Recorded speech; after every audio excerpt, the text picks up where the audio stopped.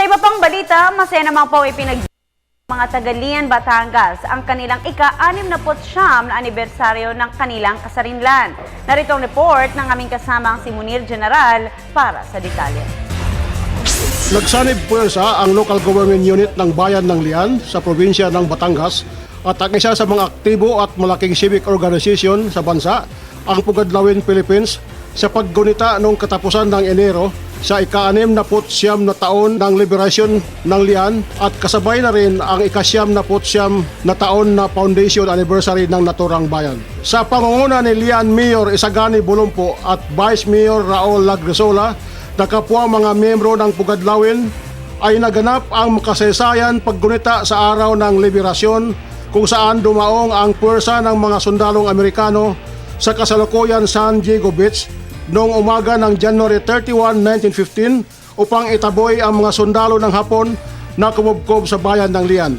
Samantala, ayon sa grupo ng Pugadlawin, sa pamumuno ni Chapter President na si Atty. Leonardo Pañero Laguardia, ang okasyon ay nagsilbing bilang isang baliktanaw at ito ay isang makasaysayan para sa mga mamamayan ng Lian. Sa ngayon ay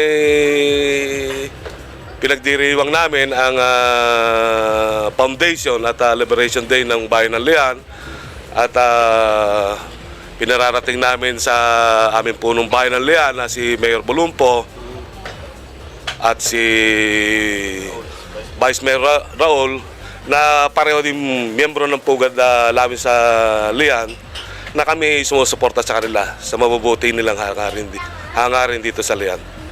Ayon naman kay Jojo Golden Boy Villadolid, ang sekretary ng Pugadlawin sa Lian na nagsilbi rin bilang National President ng Pugadlawin Philippines, anya ito ay isang madamdamin na paggunita para sa kanilang pamilya.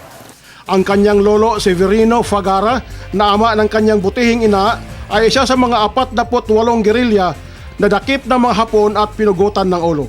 Kaya ayon kay Villadolid, bilang pagbibigay-pugay sa kabayanihan ng mga naturang gerilya, ay may nakatayo ngayon isang monumento sa Town Plaza ng Lian at isa sa mga kalsada sa naturang bayan ay pinangalanan na 48 Martyrs bilang alaala sa mga nasabing gerilya na nagbuwis ng kanilang buhay laban sa mapang-api na puwersa ng mga Hapones.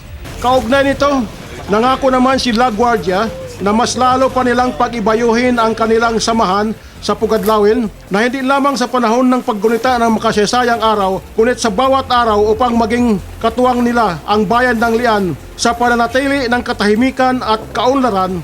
Ito ay hango na rin sa tema ng gawaing malinaw na may pananagutan tungo sa pagbabago ng pamayanan. Marami kaming binabalak na mga proyekto, kaya lamang ito ay pag-uusapan dahil ang Pugadlawin sa Lian ay na-accredit na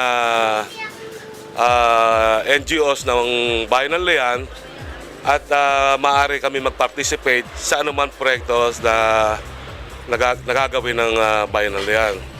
At sa ngayon nga, ang aming unang focus nga ay tungang clean and green. Para sa telebisyon ng bayan, kasama si Muhammad Koji Santos at Manny Arsinas, Haji Munir General nag-uulat.